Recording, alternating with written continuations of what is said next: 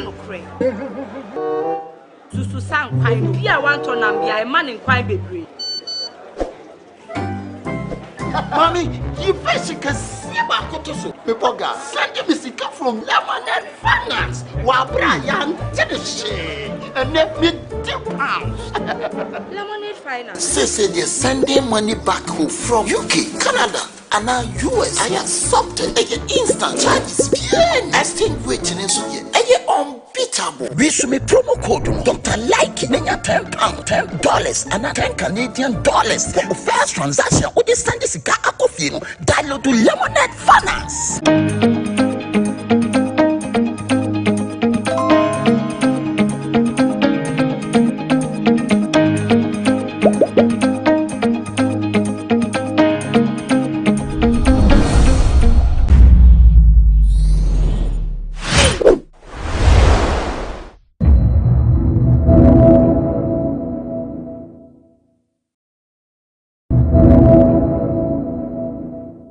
This was the place where the people of Apiate were living before 20th January 2022 when the unfortunate happened, when there was an explosion.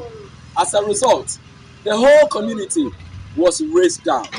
People were rendered homeless and they had to be resettled at a new place called the Apiate Resettlement or the Apiate Relief Camp. That place used to be a resettlement area built up by Future Global Resources. But now, the people of Apiate are occupying that place. The government has begun rebuilding the Apiate community. And this is what you see. As today marks exactly 1 year, the explosion happened.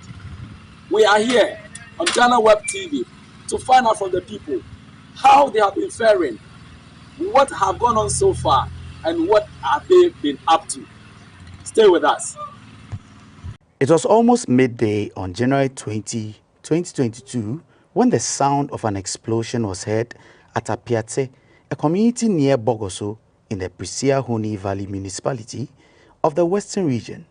Properties were destroyed. 13 people died on the spot and several others got injured. 3 others died later, bringing the total number of deaths to 16. For several minutes, the community was filled with thick smoke as survivors struggled to find their way to safety. The explosion happened when a motorbike crashed into a truck carrying explosive materials from the Maxam Company Limited. The explosives were being transported by a subcontractor, Arthans Logistics, to the Chirano gold mines. The part of the road where the truck was standing after it caught fire caved in, destroying that portion of the road. The whole Apiate community, with a total population of about 1,000, was devastated, with all residents rendered homeless. The explosion brought together health, safety and security services, including the Ghana National Fire Service, the Ghana Police Service, and the Ambulance Service, to ensure the victims were rescued safely.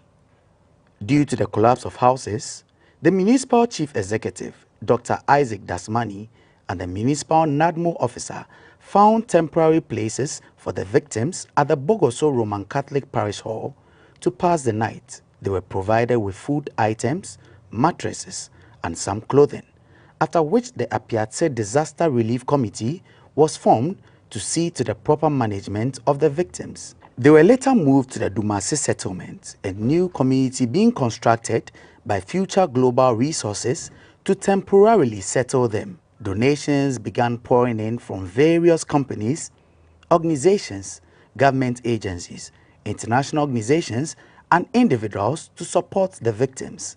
Tents were erected to serve as temporary residences for the victims at the new settlement called the Apiate Relief Camp. Currently, they have all been moved from the tents to the uncompleted resettlement buildings, where they feel more secure than in the tents. This is crazy. This is crazy. The whole town in Nala.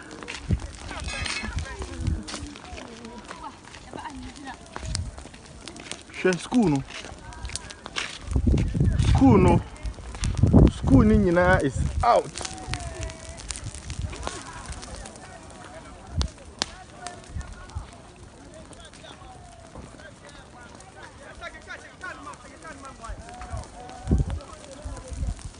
share the whole town ni nyina ebubu. Bomb no a blasted town ni nyina ko. A year ago, on 20th January 2022. After the incident, a lot of measures were put in place to at least to house the Apiati citizens.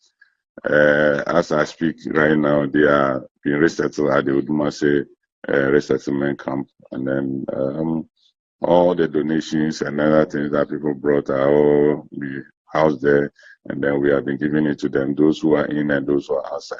Unfortunately, some of the injured, people were not even, from Apiati. So they are all living, some of them are living in Takrade, Takwa, Kumasi, and all of that. So we've taken data from all of them, and we are, ensuring that almost every month we provide with some of the necessary needs for them. But how has the Apiatse Disaster Relief Committee been able to manage the victims from day one till today? They brought in additional staff from national to support us, and with that we adopt a whole lot of strategy to work. It wasn't easy because the people were very traumatized and they didn't understand the process we were taking them through. But by God willing, we were able to go through. As I'm speaking, food sharing in the beginning was a little problem because of their database, but we were able to manage. As we went to the parish hall, the total number of that night was 868. Then we came to the camp and we were able to settle on their population, and we alight on the 1,036. As we came here, we were having 19 pregnant women. All of them has delivered, and we have one twins. So the total number was 10, and it has added to the number to make 1,036. Some of the victims recounted their traumatic experiences.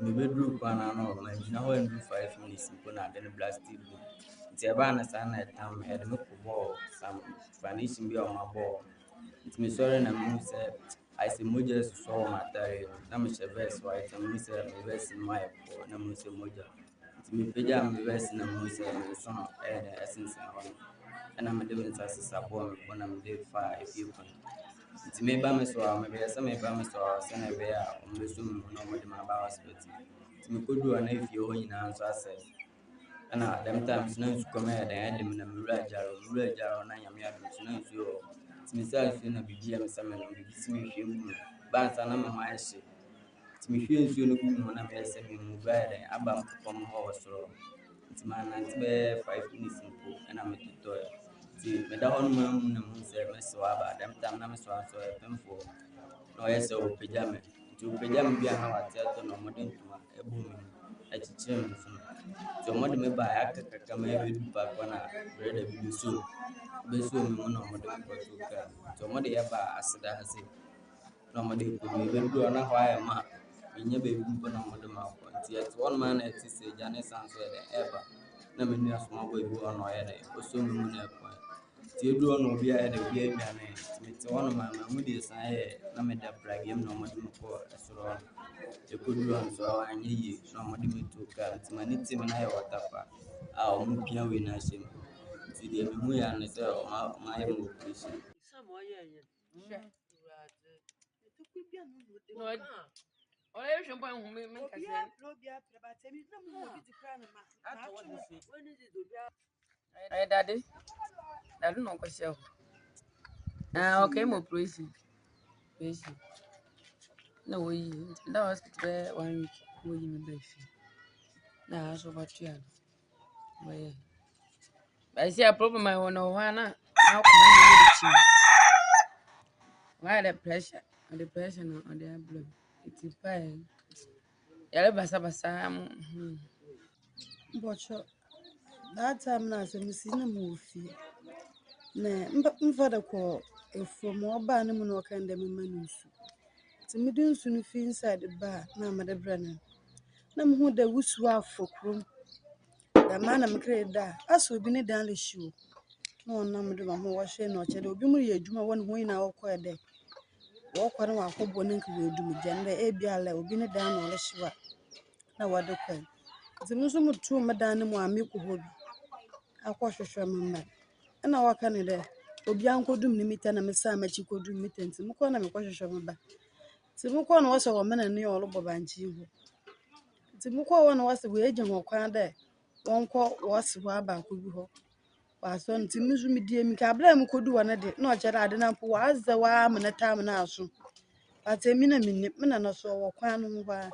Ti mo kɔ ka bi se na wo kyerɛ me da me sa ma chi na me kɔ na ade no blasting nti ma manwa tutu me na me de no olo kwan no ho a me pra mo agye no win pa but mutumi sorry tue mi nka kodu mi fie ho na echi di ho na me yambre mutumi nkasa mutumi ya hwe na meti na wa obi oba bia na wa pam wo se gane ibo we na obaba na odi mi nka obi oba bia onu unnu akura den na gane ba nti oba pam ho da ma na blade bia na so we pra wana ni olba oba fa mi shechi no odi me die mi nka ekwan bi de odi me fa do ana ye besi ko emi ya ka me ye de ko bogosu Tina be bo ni bo mi ka ne tai wa ba.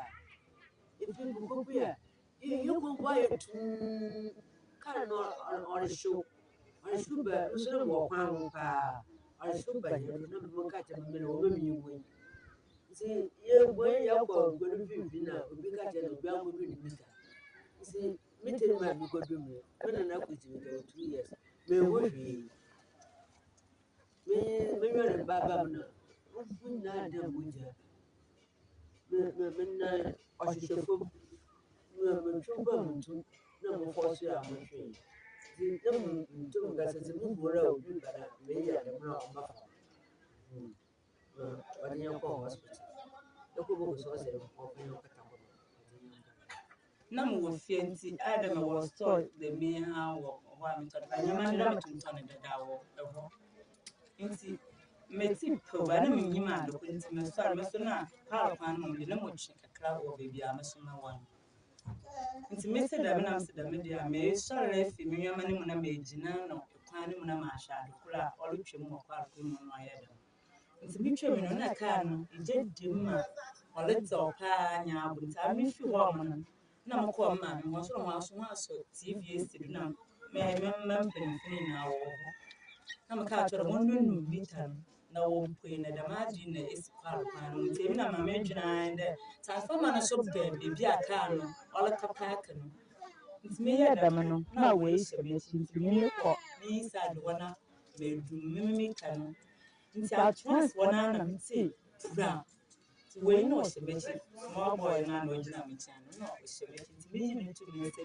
no on ka no wonsu ta me de me die minka ntentima na me pede obi bo so me bana mu na wa ama me bana enyankwa ama ti me kekema ba me ya na me si obi a ntima me bi wo fa na ntima sa on de so fi no na o so me bana mu do onu de by the time ade begina ha mu na me bana onshi maame ne tini kyere asana olusun so osun na ka kyere na manje meba no na orokọ hwehwe na so ne de no. Many had their legs, arms, and other parts of their bodies broken as a result of the explosion, with some still having particles of metals within their bodies. 1 year on, life has not been easy for the victims as they lost everything they had, bringing their lives to a total standstill.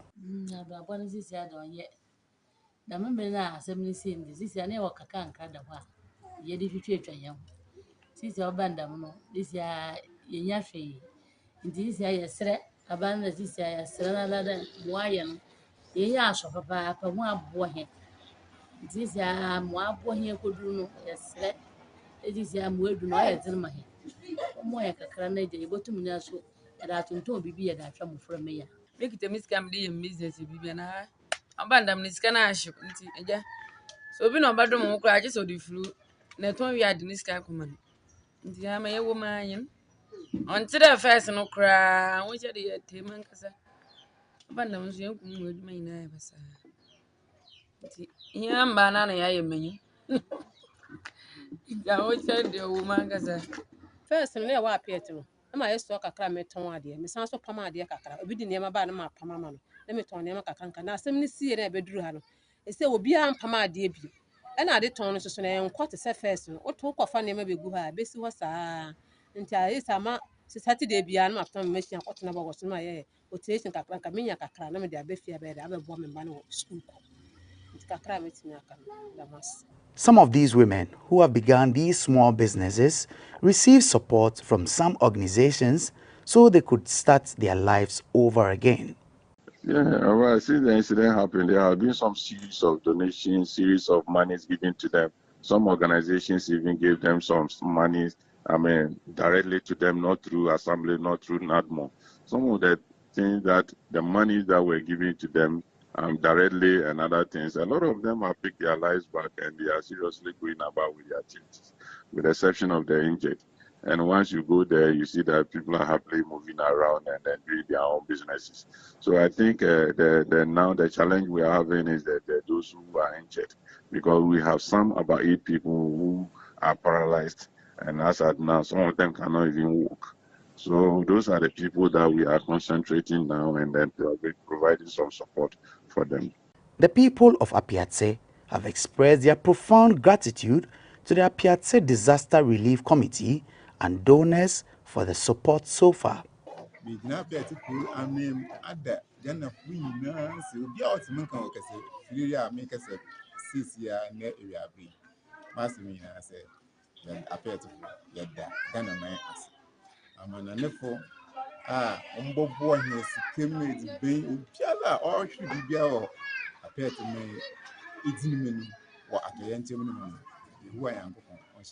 Sama meka akyerɛ ɔmo a ɔmode adɔfoɔ a ɔmode nneɛma ne aduane ne ntareɛ ne biribi abrɛ biara sama meka kyerɛ ɔmo sɛ ɛda ɔmo ase ɛna so ɛmo nso saa wɔ hɔ bio ayɛ sɛ ɔmo de boa yɛ nti yɛsrɛ ɔmo ɔmo bi ayɛ sɛ ɔmo de boa yɛ ɛwɔ yɛ ho ne mu sɛ ɔmo fa mboa yɛ na ɛda ɔmo ase paa ɛwɔ deɛ ɔmo yɛ ma yɛ ɛda ɔmo ase paa. Actually, oh, since I did, I don't form my moya more. I did you and Bray and paying for. My Adrian, all right. Much Adrian, my did me. If you here, be your office was to see ya, that's at the corner of one. Or mut me there, or mut me the my. Say, young Jane conquer and cock boy, Adrian, ye be. By a sign, you become Honswa, yep. Some of the victims were, however, of the view that the monies donated by companies, organizations, and individuals were not enough for them. The PRO of the Apiatse Disaster Relief Committee, Daiweo Kwashi, explained the reason. Yes, there's one confusion in the minds of almost everybody in this country. That has to do with the various funds that are in place to take care of the Apiati issue. One of them is the Apiati Disaster Relief Fund.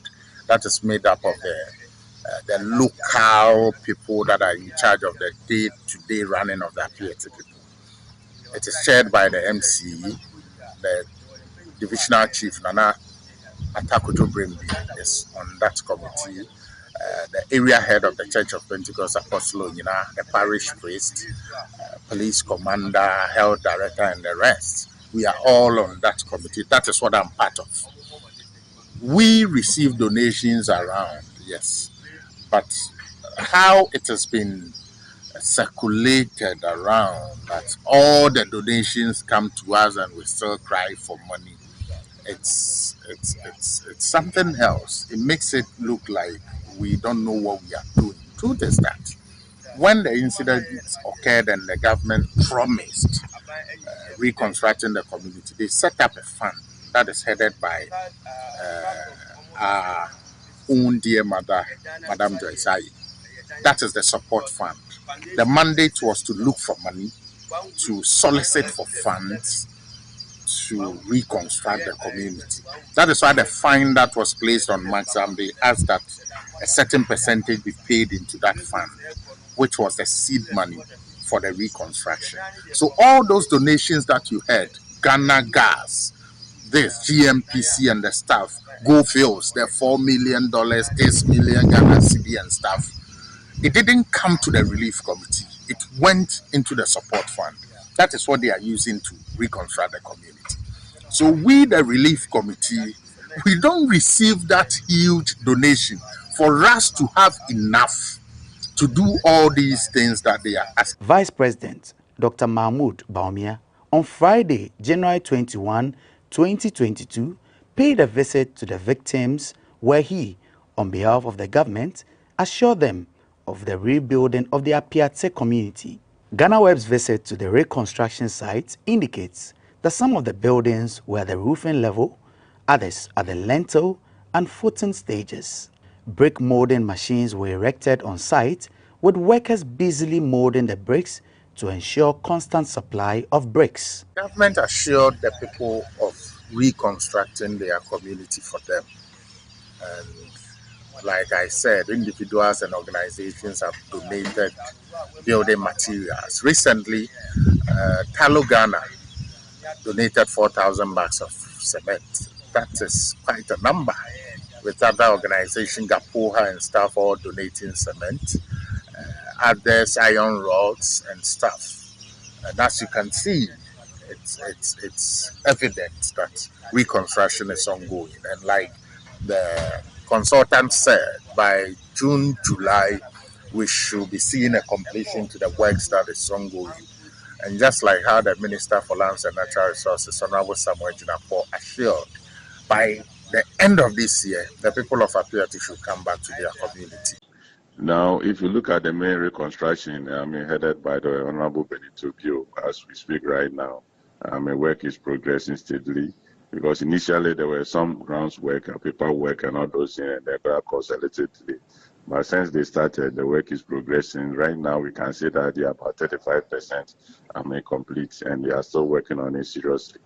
So we are all following up with our rap attention and making sure that at the end of the day, the Piati people get their homes back and get their lives back.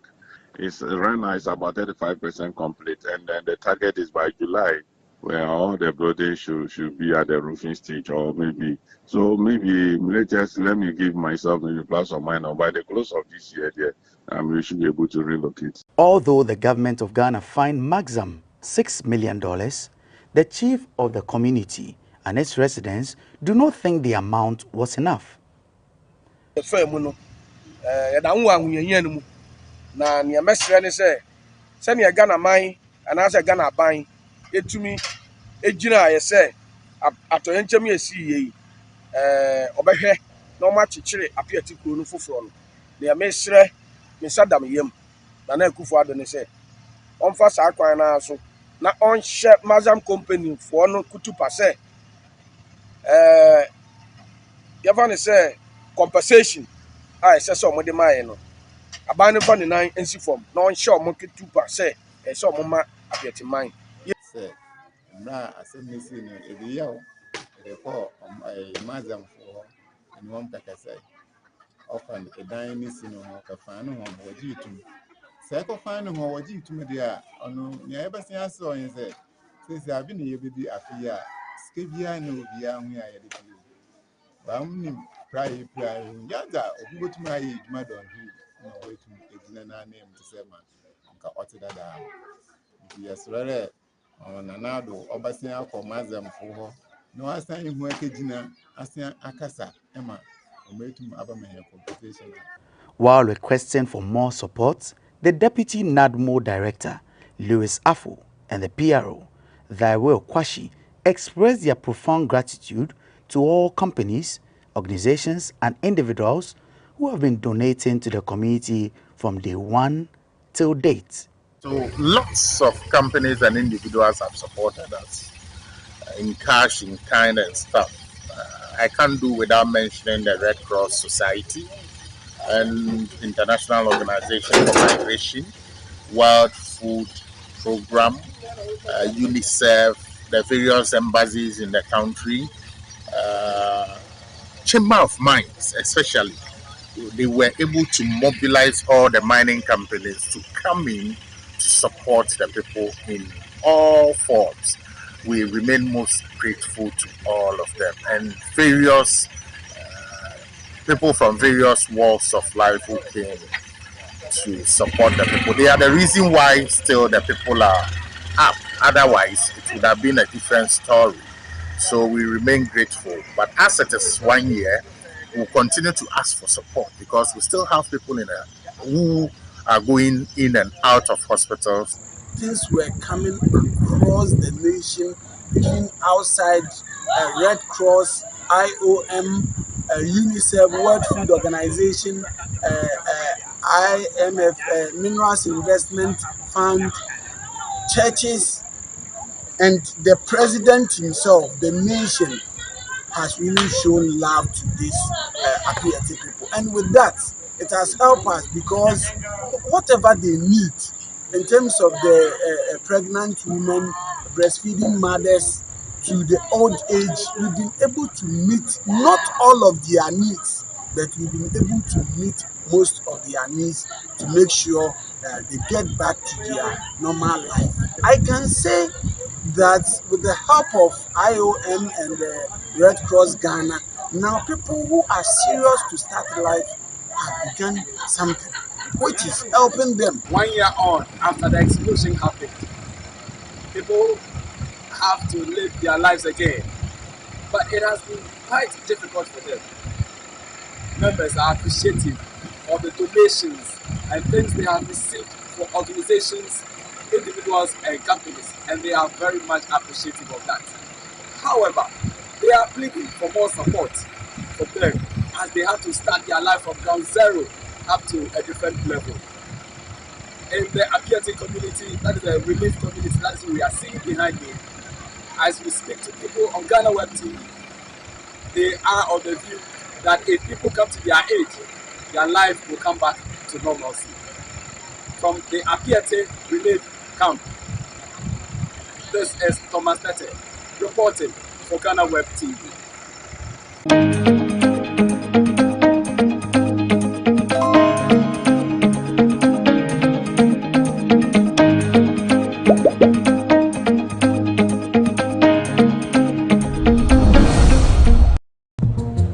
Now, oh, me. Obek Kanokre. Susu Sang Pine, Pia Wanton, and man in Quine Baby.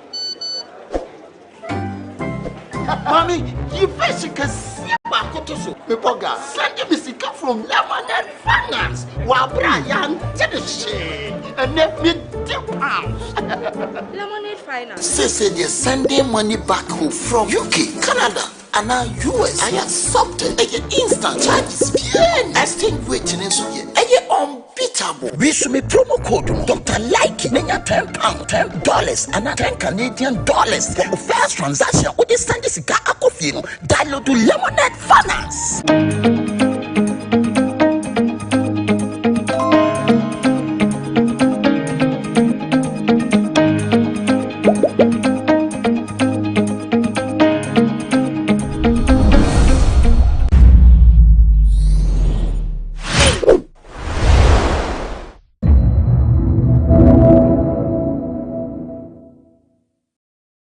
Ghana football needs a complete overhauling. Do you understand what I'm saying? Sports minister should pack someplace. He should pack someplace. Why? He doesn't know anything about football.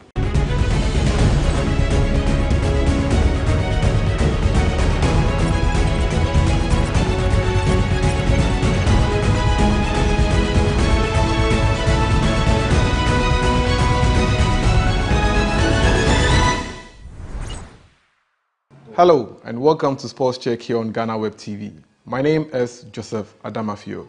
Today our guest is someone who has years of experience when it comes to football in Ghana. With the current state of football in Ghana, our guest will help us understand what he thinks about the current state of football in Ghana. He's a seasoned and a renowned football administrator. We're taking a short break and when we return, we'll start the conversation.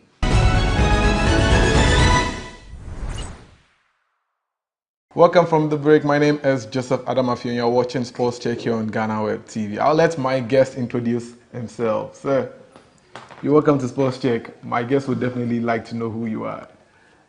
The name is Nana Fitz. Nana Fitz, okay. He's a renowned football administrator. And, well, let's zoom in straight into the conversation. A lot has been said about the current state of Ghana football lately with regards to our performance on the international stage. What do you think is wrong with the Ghana football? Football in this country, to me, does not even exist. Why? Oh, because you see the current form of the football administrators, and then what is happening to football and this thing.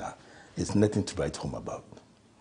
But there have been others who say that we've been able to qualify for the World Cup.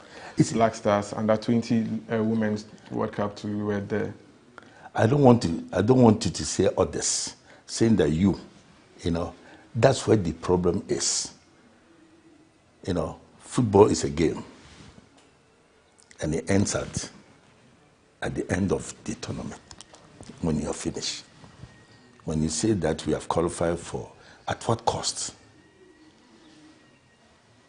Is it right the way we went through it? What happened that we only qualified and we didn't go further than that? You know, that's where we have to start from. There is something definitely wrong with Ghana football. Do you understand what I'm saying? Something wrong with Ghana football now. Now, my experience, I'm not a little boy. Me, I was around when Onyejan was around. I've seen a lot of football administrators. I've seen a lot of the way football has been running in this country. You see, it's different now. It's much different now. You know, and then the foundation of Ghana football is being run on now. It's nothing to write home about. We need a complete overhauling before you can even talk to me about Ghana football. I would like you to state some of the things you think are wrong with Ghana football, some of the things you think are wrong. Transparency, accountability, who is doing what, who is doing what. You see, don't forget that football yesterday, 90% of Ghana football fans, we should say, did not even understand the difference between running a club, the Blasters, and the others. Do you understand what I'm saying? You see, Blaster belongs to us. It belongs to you, me, the man standing there, the people on the street, and everybody. That's who owns the Blasters. You see, so the respect that we need for the people who are handling, there's a difference between owning and handling. The people who are handling the Blasters, the respect that they should give us, they are not giving us. It's only respect, accountability, and transparency. That's all. People want to know how their money is being spent, who is spending it, and why. And I don't think these people, they are ready to do that.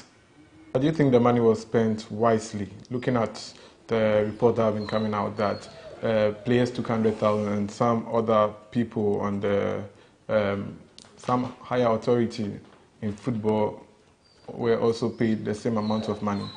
If it's true that that's what went on, I think the people who took the money and the people who gave the money should bite their heads down in shame. You know, they shouldn't have done that to start with, if it's true. The reason I'm saying that is, look, we gave you the money, you took the money, everybody knows that you took the money from the government, taxpayers' money. And if you know or you think that you did the right thing there, or you are doing the right thing here, all we are asking for is the money that was given to you. Nobody is saying that anybody has chopped any money or anybody has done anything. All we are saying right now is the money that you took, please account. You know, come and make an account to us, to the owners of the national team. That's the public, the taxpayers. Is it a crime? Is it a crime to ask that question? I don't think so. So if they know they did the right thing and the money was spent properly, come and then account for. Let's set up a complete independent commission You know, they sit down with auditors. And then you tell them how the money was used. And I don't think if you do that, any talk will come. But until that one is there, Ghana of yesterday, when football is concerned, so far as football is concerned, it's not like Ghana of today. Ghana of today, we are hip. We are opening our eyes. We want to see where every penny went. You don't come and tell me that you took me to World Cup. So we should be quiet. At what cost? They have also said that they are going to invest some of the money in the renovation of the Ghana Soccer Center of Excellence. They should put this thing on paper. Is that too much for anybody to ask? You have the accounts there, accounts department, you have the president, you have the vice, you have the community, you have the management committee, you have them all there. How long will it take for you to give us a respect? That's what we are asking for, respect. Do you understand what I'm saying? Respect. Give us respect. Just come out and say that the money that I took to, when we went to the World Cup, this is how much money it cost us. This is how much taxpayers' money that it cost us. And this is the breakdown. Is it too much for us? How is it difficult for us to go around this and people are fighting and then they are threatening to go to court and they are doing this thing? All we are asking for is come out and tell us. Well, with regards to the Blasters, there have been other concerns of the public saying that there's some form of influence from some top football administrators to bring some players or influence coaches to favor some players in the national team. I guess you've heard about it. What are your impressions? Being someone who has worked over the years with the likes of Oyenejan, was there something like that in the past? No. Because those days, we didn't have this kind of FIFA rules. We didn't have this kind of the days. No, we didn't have that. Kwame Nkrumah, that time he was responsible for sports. Kwame Nkrumah, Minister of Sports. You see, and he appointed Oyenejan as a director.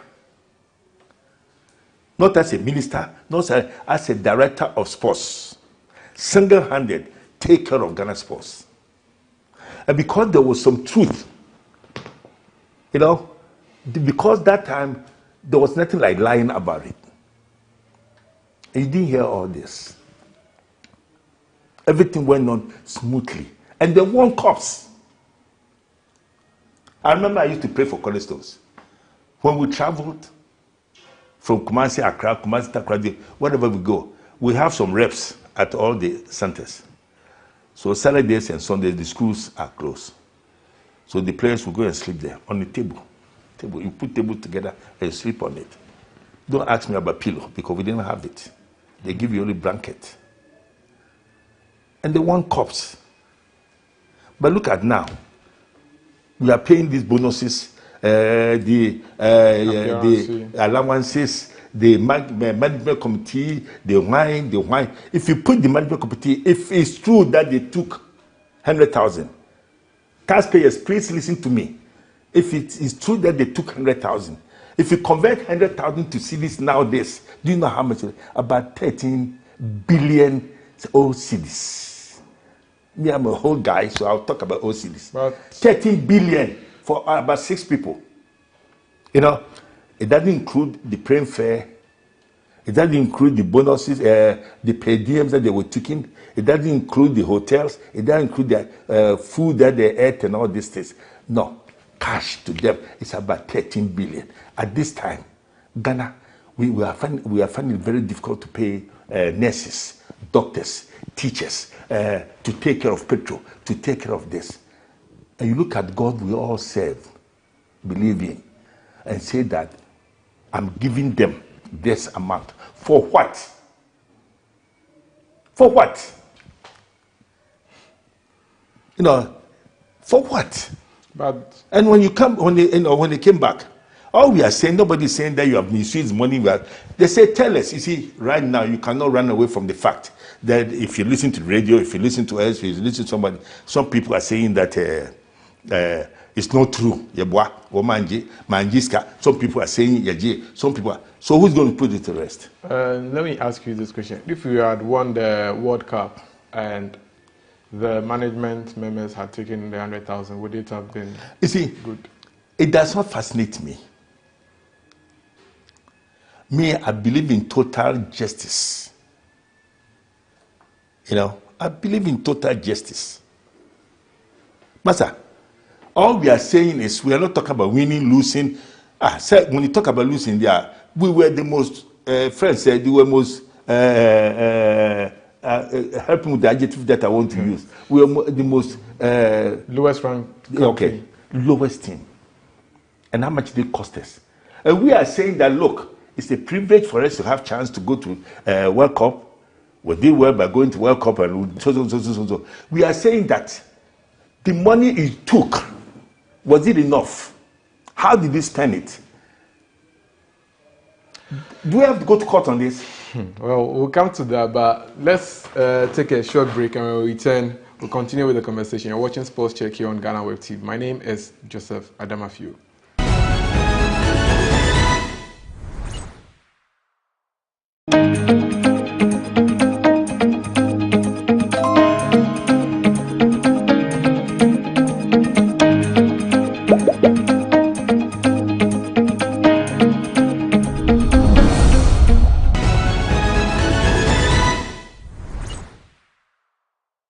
Welcome back from the break. You're watching Sports Check here on GhanaWeb TV. My name is Joseph Adamafio. My guest today is a renowned football administrator, Nana Fit. We're talking about the current state of Ghana football.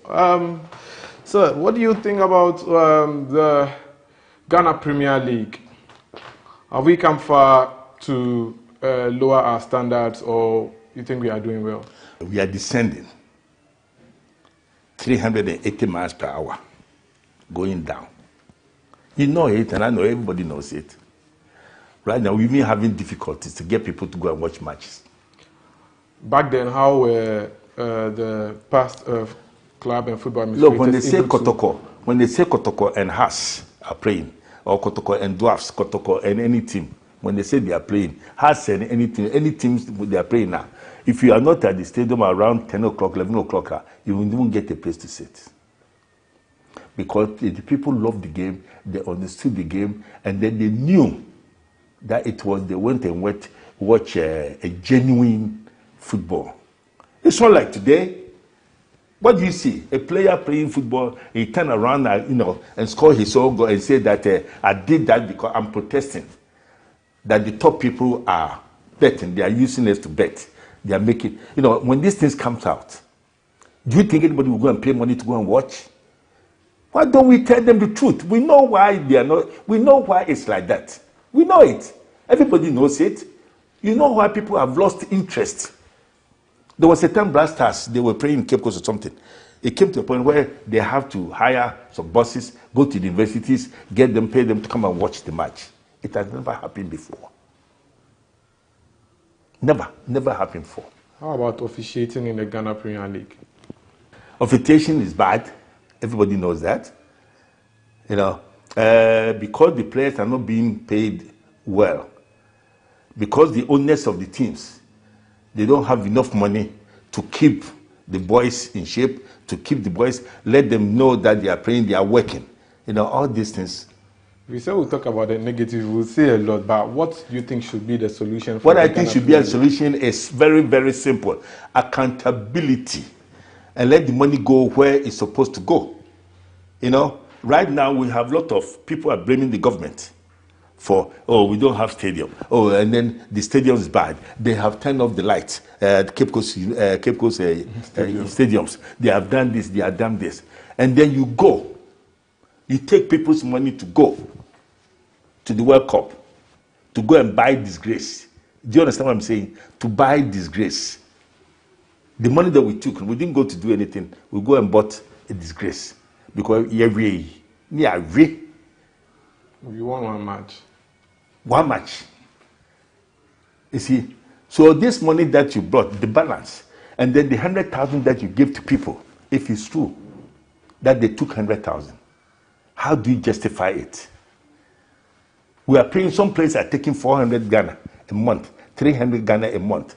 The players who are playing here. So do you think the money from the World Cup should be invested into the Ghana Premier League? That's what FIFA says. When they give money now, they don't give money and say that the top people should sit down and then do whatever they want to do with it. No, they don't say that. So how should the money be invested? Should the prize money for the winners of the Ghana Premier League be increased? Should players be paid a particular amount of money? I want to know how we can do things to boost the Ghana Premier League and make sure it returns to where it used to be.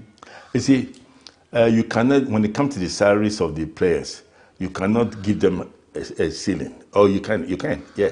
You can tell them that nobody should pay a player less than, say, 200, 300, whatever. You know, but you can't tell them that this one should get 200, everybody should get 200. No, it does not work like that. Even in Europe, it does not work like that. The first solution will be Ghana football should be put on ice now. You know, because it's not going well. Everybody knows that. And it's from the top to the bottom. So we should put put the whole thing on the ice, freeze it, and reorganize it. Complete overhauling. Anything less than that, you know, it's not going to work. You know, it's not going to work. Back in the days, we saw Siki Jemfi and the likes of other great players play a number of years in Ghana before they got their breakthrough to go and play abroad. Do you think player exodus is one of the reasons for the Ghana Premier League not being exciting? Because today you go to the Accra Sports Stadium, you go to any match venue, you go there, you hear of this particular player, he excites you. Tomorrow they said he has been transferred to another club outside Ghana. You see, those days, it didn't happen like that. There was nothing like that. The Ohijan formed Republicans, and they had top-class footballers. Do you understand what I'm saying? Yeah. Top-class footballers. And they were playing top-class football. You see? So it didn't even... Osekofi Kotoko went to London some time ago, and they saw Osekofi. Was good, was this. They were going to... Those days, they were going to give him more money, big money to say. He said, no, I love Kotoko, so I'm coming back. I didn't go. Because Kotoko, at least, he loves them. They can't play like Europeans, but they pay him enough. They give him enough for him to stay. But here you give somebody 500, 400, 200 a month, and they come and say, come and take $300. Will he go? You can't stop it. The only way you can stop it is treat them well. Let's see where the monies go. And if it goes someplace that we don't like, at least we can, you know, we can come up and say that, no, this place should have gone there. You don't say that because I'm running football. So I'm the Father, the Son, and Holy Ghost. That's communist. That's by force. You don't do football like that. Football should be supposed to be a very interesting game. Everybody should be happy. The supporters, the fans, the players, the technical team, everybody should be happy. Why would you give anybody 100,000? That's for the 5 or 6 people, the management committee. How about the top? How much did you get? And they say, come and account. Nobody is saying, I have never said that anybody has chopped any money. You see, how will you rate the current GFA on a scale of 1 to 10? This question, forgive me, because if I say it will be. No, forgive me. I don't want to say it. But have they done well? Qualifying Ghana to the World Cup. We are about to have... Master, people keep on saying we qualify Ghana to World Cup, we qualify Ghana to World Cup. How many teams were they looking for in Africa? And how much did it cost us? Qualify people to there, you know, Master, it's no big deal. If you have free money, unaccountable interest to work with, so my mother could have done the same thing. So what are we talking about? Qualify Ghana to World Cup. At what cost? And we are saying that, yeah, you went. That's not the end of it. Somebody pushed you to go. So the person who will help you to go, come and account for it. That's what we are saying. So for you, they've not done what the GFA haven't done. Oh, no, I don't think they have done it. Look, I was around when Ben Kofi was there. around when Elias Tay, all of them. I was around when Kati Caesar, SK Menu, I saw all of them. And when they travel, they bring change. Don't even let us go too far, bring coffee. They give me money, FA travels, they come back and say, this is how much I spend, this is what I get. It never happened before. What's so difficult about that? And you want to tell us, my brother, Ghana football needs a complete overhauling. But this case, if you allow this case to go on like it's going on now, unchecked, Ghana football is going to be like a place where if you need money, you hustle, you go there, you become rich. So because it's unaccountable interest, the money that goes there, nobody knows how the money is being spent. They're not going to tell anybody. So where is the money? This at this time that we are, let me tell you something. The only way that Ghanaians will be satisfied, won't talk, is forget the past. It has happened, it's gone. But they are still repeating it. They should come out, allow themselves to be audited, right? Audited. Yes. Allow themselves to be audited. Tell us how much. Transparency from now on, transparency. And then the big monies, the 100,000, they should bear their heads down in shame. At this time of the game. Nana, is Ghana football in the right hands? No, it's not in the right hands. You know that. Why you ask me that question? I don't why know. Why are you asking that question? You know it's not in the right hands. So why are you asking me? You know, these are some of the things that is happening in Ghana football. A lot of people are afraid. I'm not saying they go and lie. God forbid, I will never do that. I don't even want anybody to do that. Don't lie on somebody. But what is happening in Ghana football now? What they call them, Yoko, that's what they call them? Yeah, economic. They should come in. Me, I want the parliamentarians. Jesus Christ, listen to me carefully. I want the parliamentarians to come in at this time. Because when they were about to leave, the sports people, the people who have chance to talk on radio, administrators, all of them were saying that when you were going to take the money, at least you told the public that you needed money, you have sent the budget to the government and then the government. So when you took the money, we are asking you, it's good that government are giving the money. How much did they give you?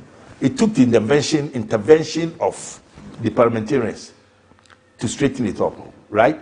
Because the minister says, Mekoba, and nobody has any power to talk. But what about the sports minister? He's also over the... The sports minister should park someplace. He should park someplace. Why? He doesn't know anything about football. The sports minister don't know anything about football. Because look at what is happening. My friend, my brother. No, you are not my brother. You are my son. Yes. Look at what is happening. And you're asking about... is it not the same sports minister who took the budget and presented to the government? It is the same minister who came out to say that Mekoba, when we come back, I'm not going to tell anybody how much you are going to spend, how much money was given to Mekoba.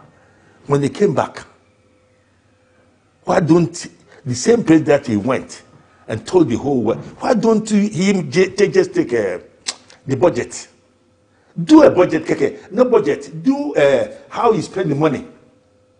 And the minister is not sitting there. So you think he's... was he not aware that they were paying 100,000? Was he not aware of that?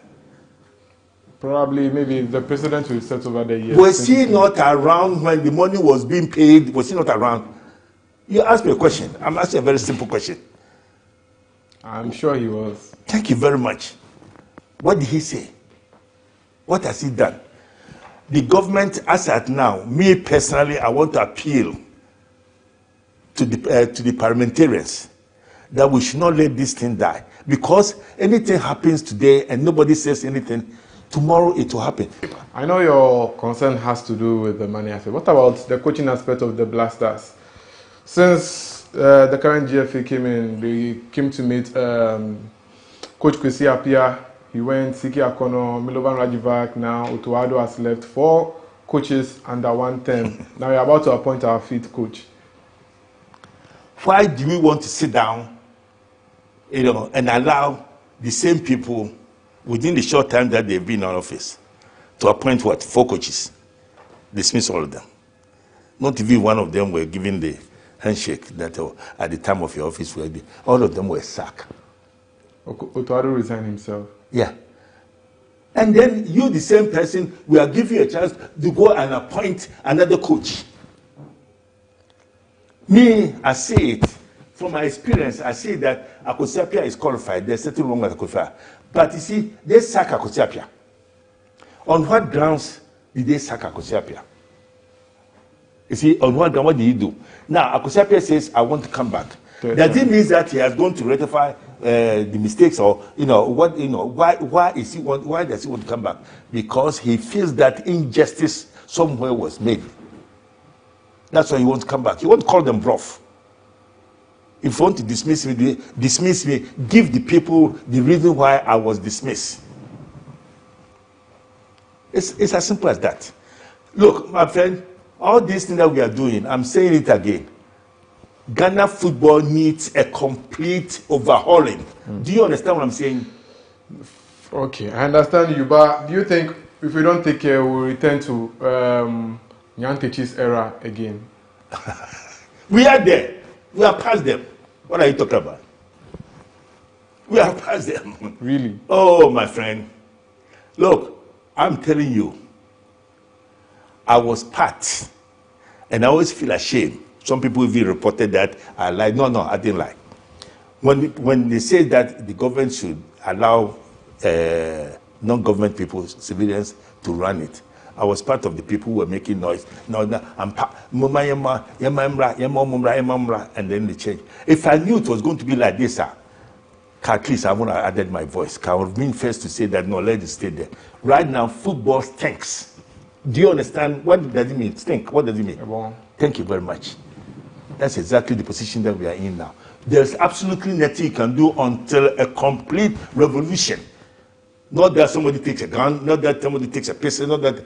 Complete revolution means complete overhauling. Let's put ice. If I have a power and I'm in a place where I can make a decision, this African Cup and all these things, because the same people are going and they come back, how much are they going to share this time? Tradition without representation, unaccountable impress. They are going now again. They are going. They will take another budget to go. 40 years without AFCON. Yeah. I'm sure you've definitely seen Ghana win AFCON before, and definitely it didn't cost us much to go and win AFCON. No, it's very easy. Masa, CK Jemfis, he formed Republicans. The coach now, he's here. Every month he takes his pay. Now we play matches, like Basta will play matches three times a year, 3-4 times a year, something. And 90% of them are from abroad. So when he leaves and go, what does he do? What does the coach do? What does the coach do? But he takes pay. I don't have any problem. But coach, you are here, you sleep in the house free. They give you car free, petrol free, per diem when you travel, you sleep in a hotel free. So why don't you, for sake, you go out like weekend? Oh, Team A is playing Team B here. I'm going to watch it. Do some scouting. Football is not an easy game. Right now, football used to be a game. Right now, football is business, big business. Do you understand what I'm saying? Yeah. Big business. So we can't sit down here and go about this shit about I'm doing it. No. They don't play football like that. Football is business. And ties pay is Sika Kudi. Do you understand? Money. That's why we are talking. That's why some of us, we are saying, I cannot say this time about House of Folk. I can't say about Kotoko. I can't say about Duas. I can't say about any team. Because my money is not in there. We are talking, all of us, we are busy talking about Blasters because our investment is there. Thank you, Nana Faith, for this interesting conversation. I'm sure you've sent your word out there, and definitely the people that matter in football will get talking and also demand some accountability, as you said, for the monies that were spent at the World Cup and all that matters. My name is Joseph Adamafio, and that's how we wrap up here on Sports Check here on GhanaWeb TV. Thanks for watching.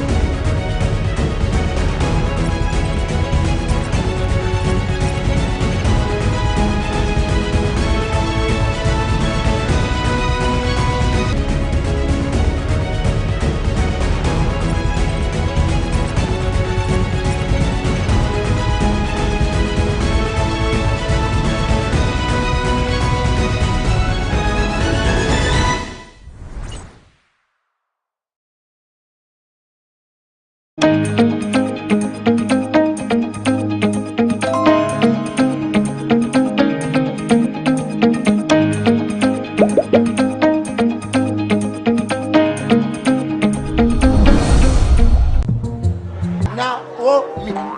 Obek kanokre. Susu san kwan bia wanto nam bia e man kwan bebre.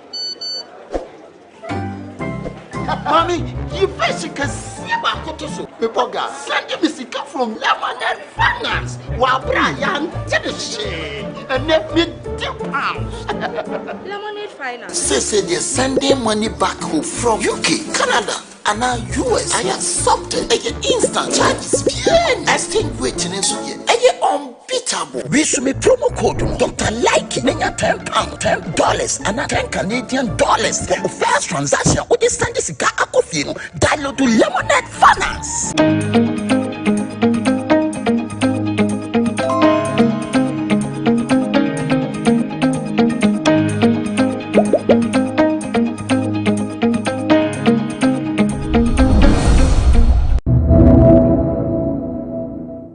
Hundreds of people lost their jobs between 2017 and 2020 due to the banking sector cleanup.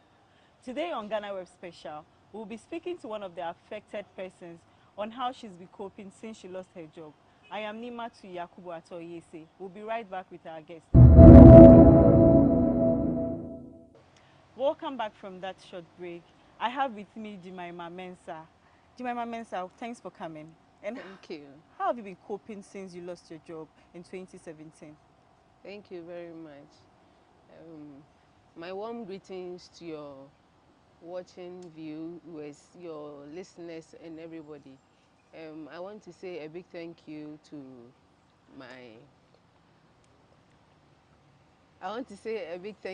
to you for this great opportunity. It hasn't been easy, my dear. It hasn't been easy. For the past 4 years, I've been home without a job, and the challenges are way more than words could explain for me, because for working for 13 years in the banking sector, and all of a sudden you come home with nothing, with kids, and life must go on. How do I pick the pieces? It hasn't been easy, but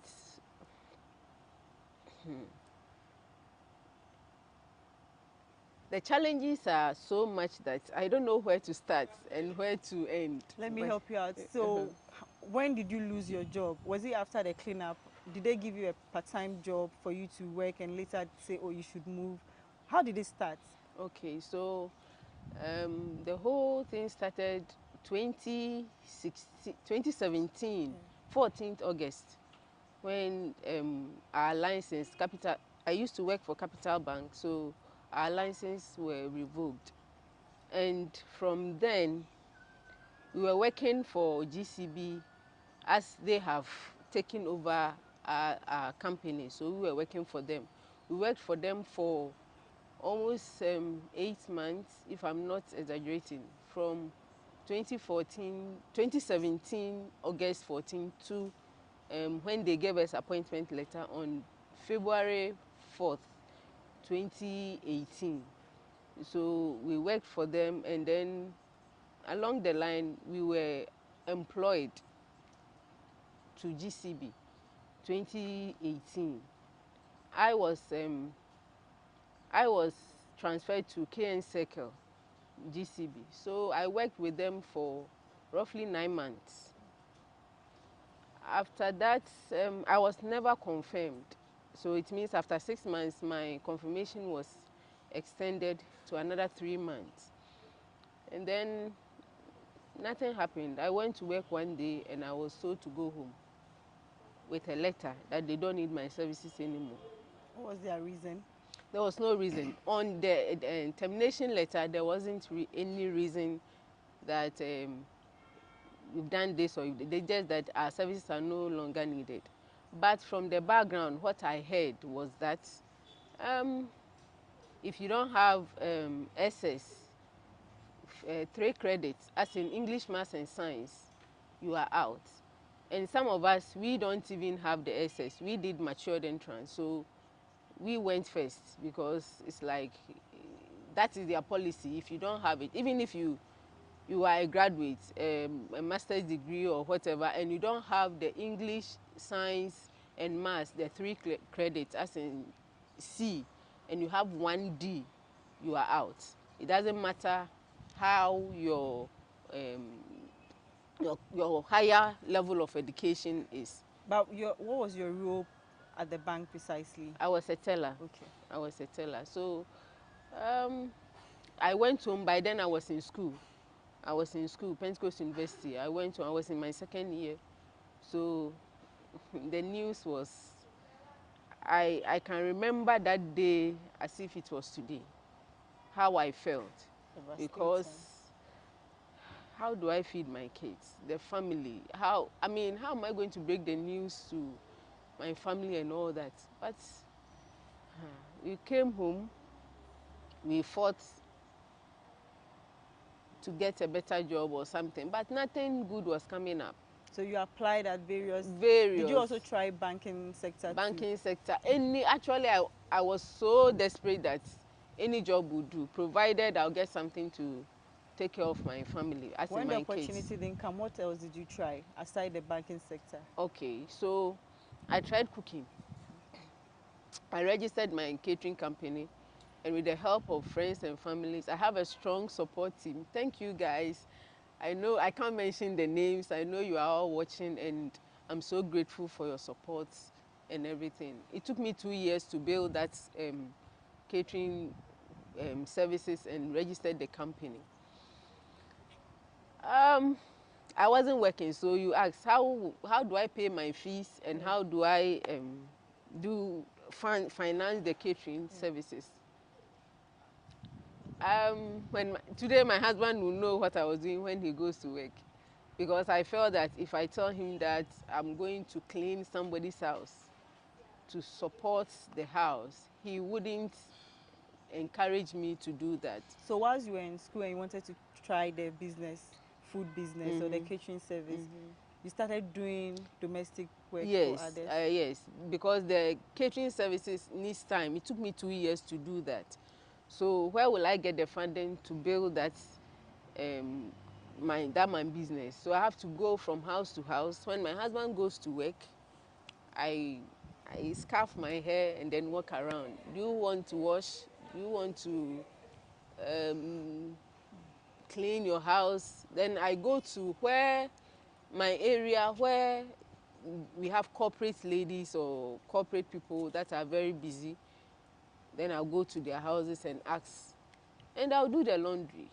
Sometimes 100 cedis, sometimes 150, sometimes you get 50 cedis for the cleaning and all that. So I did it for a while without my husband knowing, because I'll take my kids to school and then I'll come and do it. And he has left He has left. So in the evening, by the time you come, you are done. I'm home. Everything is okay. Because how much does he earn for him to give enough? Family. There are other responsibilities, kids' fees, rent, and chop money. So, you can't sit down and fold your arms and say that you are just sitting there doing nothing. Until today, he never knew you went out to do? Wow. He never knew. So what happens after, when you started the catering services? I remember you said you had to close it down due to a difficult challenge you faced. Can you share that with us? Yes, please. I started, and as a new beginner, you have challenges, but it was picking up. It was picking up, and then I met this elderly woman who came as a mother.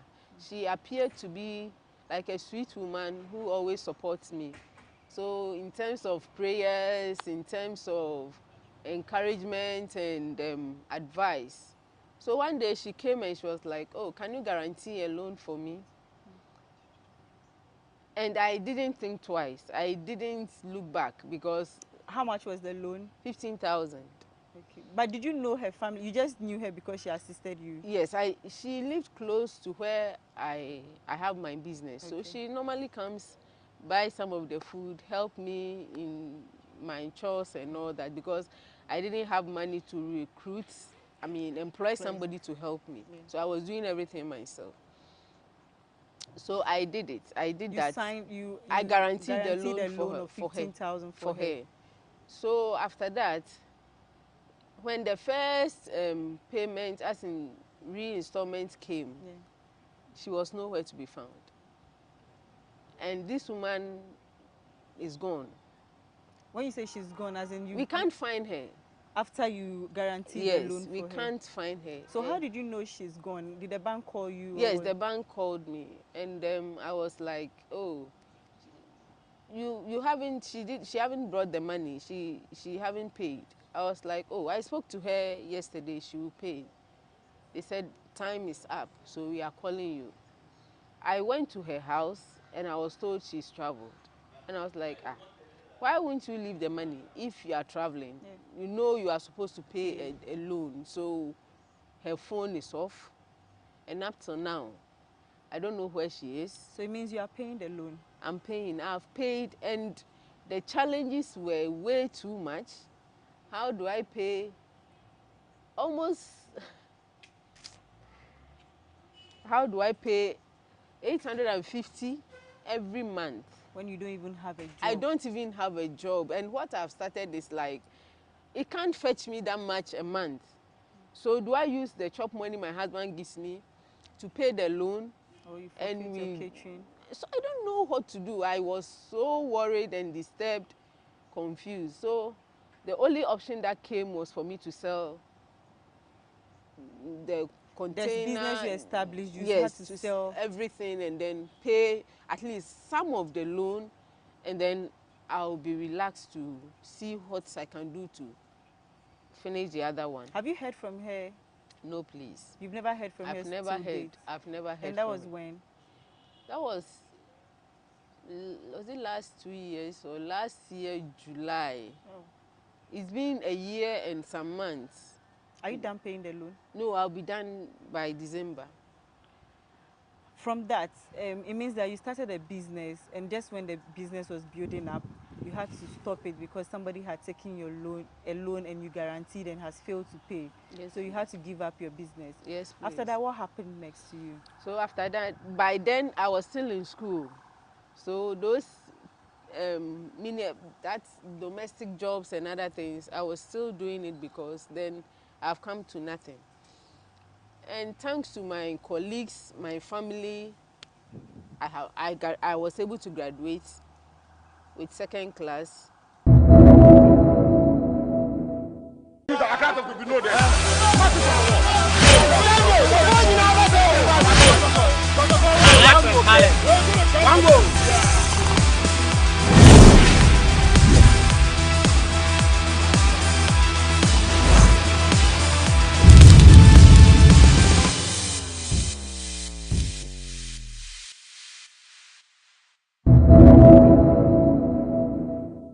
Welcome from that break, and this is GhanaWeb Special. We've been speaking to Jemima Mensah, who has been sharing her life experience after losing her job due to the banking cleanup exercise.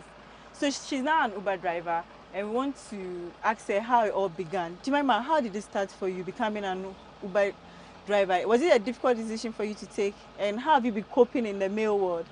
Thank you.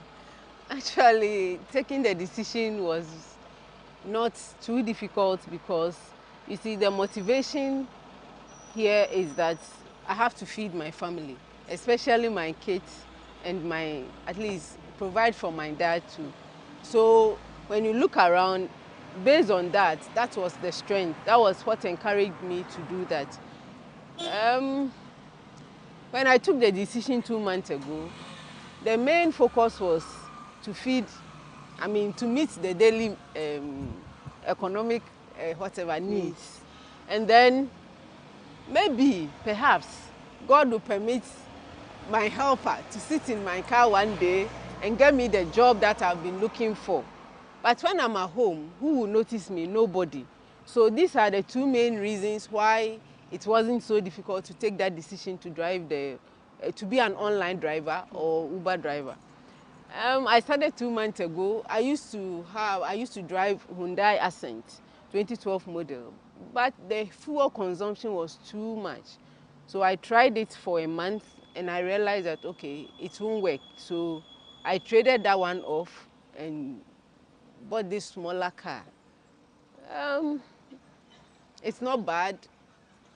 It's not bad because at least by close of day, you get something small to buy food for your family, which when you are home, nobody will give it to you. The challenge... I want to ask, before we get to how you've been coping with the male-dominated field where they drive Uber, did you suffer any emotional breakdown? Did you go through depression at these trying moments before you took this decision? So many times, countless times. Imagine you have nothing to eat and you are owing. What you are owing is not what you have spent, but you let somebody loan. So countless times that I've thought of committing suicide. But I wanted to kill myself and my kids because I couldn't think about the fact that I would leave my kids for them to suffer. They will suffer, they have their dad. You didn't trust their father enough to take care of them. And why would you think about suicide? A mother's love, and the child will come, Mom, I want this, and whatever he needs, you go the extra mile to get it. I'm not saying their father won't do that, but a mother's love is stronger than... What was your strength that prevented you from doing this act? My kids. You didn't want to die or just I actually didn't want to leave them. Because if I commit suicide and I kill them, okay, maybe they are going to be big people, important people. I don't know their destiny. So then if you want to hurt yourself, why do you want to involve them? And I don't want to also hurt myself and leave them to see them suffer. So that was it. Thank God I didn't do it. Here I am now on this big platform because I took the initiative to drive boats or online driving. If I had not, nobody would notice me. By your married life, I'm talking about this because of the issue of depression. How was your marriage? Did this affect your marriage in any way? Oh yes, love doesn't go without money. So if the issue is if one person is the only source of income support, definitely the person might not say it because he knows the situation, but you could sense it. A little bit tension and here and there. So it affected every aspect of my life, every aspect. My marital, my family life, my social life, as in friends. Because the moment you pick a call, hey, obesreska, obebusame, and it's better to ask than to die. So there are times that you can't help it, you see. So it affected the whole aspect of life. But I realized that the only way to change that situation is to do something. Yes. And that something was, I don't have money. I have my car, I can drive. So why not try it? But my slogan that I formed for myself before I started this was, it's better to die a hero than to die a failure. This is very risky. People are being beaten, their cars are being snatched away. But if you go and nothing happens to you, you come home with food. So that was what motivated me. It's also part of the reason. So far, how is it doing? I know you have major challenge with your Uber business, but how are you coping with it so far? It's not bad. As I said, it's better than nothing. Okay, the prices and fuel and other things are not meeting the real-time life reality, but it's better than none. This is a great opportunity I met you because you requested a boat, and wow, you were impressed. There have been a couple of riders who have been enthused and happy about my me being a boat driver.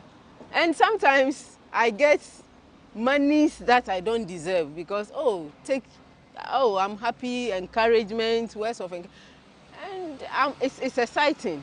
It's exciting. It's better. It has encouraged me, because at a point you'll be in the house crying, and there's nothing coming up.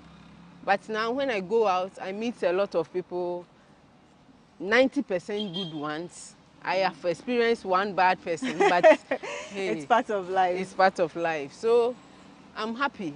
I'm happy for now. So Jemima is a boat rider and not an Uber driver. I'm making that correction. And she says what inspired her is that it is better to die a hero than to die empty. A failure. And that has been her motivation. Before we sign off, we want to let her share her worst experience as a boat rider. Can you share that with us? Because it looks like in every good thing there is one bad incident. Yeah. Yes. I remember one early morning, I had a request and I went. A well-dressed gentleman came and boarded the ride. I took him to his first destination, and then he said, "Oh, wait for me. I will do some few rounds with you." For 4 hours, we moved around town, and then we went to a bank. I don't want to mention the bank's name, but we went to a bank. Said, "Oh, let me withdraw some money and pay you," and that was it. He never returned. He took the money away, and from 8 a.m. to 12 o'clock in the afternoon, I wasted fuel, I wasted time, and the guy was gone. Oh, that is a very sad note. But it didn't discourage you? Did it discourage you? I was broken. I was seriously broken, and then I called my husband.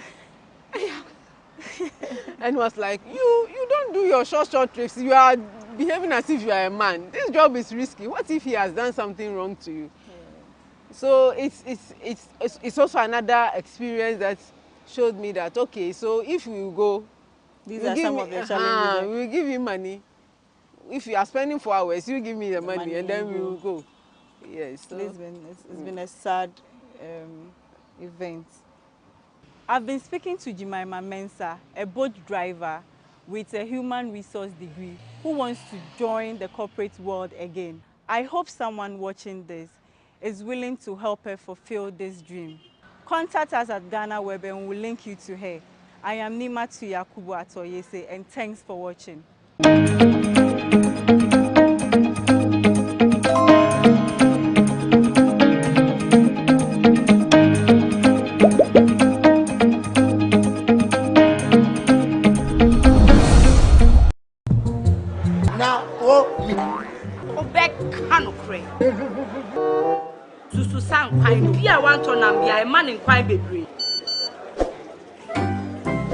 Mommy, you face can see my cotoso. Me boga, send me sika from Lemonade Finance. Wa Brian Tedeshe, and let me £10. Lemonade Finance. Say they're sending money back home from UK, Canada, and now US. I accepted a instant charges. Extinguishing in so ye. Unbeatable. We should make promo code Dr. Like £10, $10, and $10 Canadian for the first transaction. With this send this guy a coffee. Download to Lemonade Finance.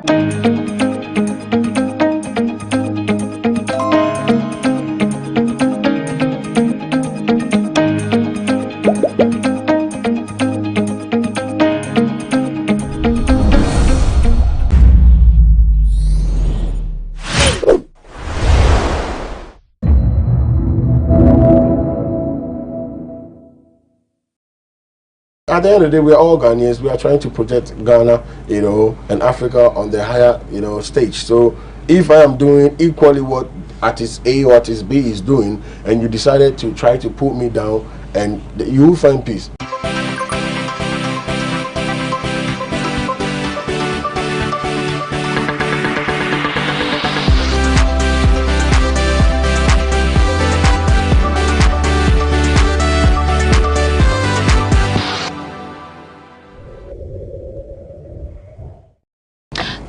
Infotainment, and my name is Doreen Abanmabaya. Today I have a man who has actually impacted the dancehall music spheres. His music has transcended and made an impact.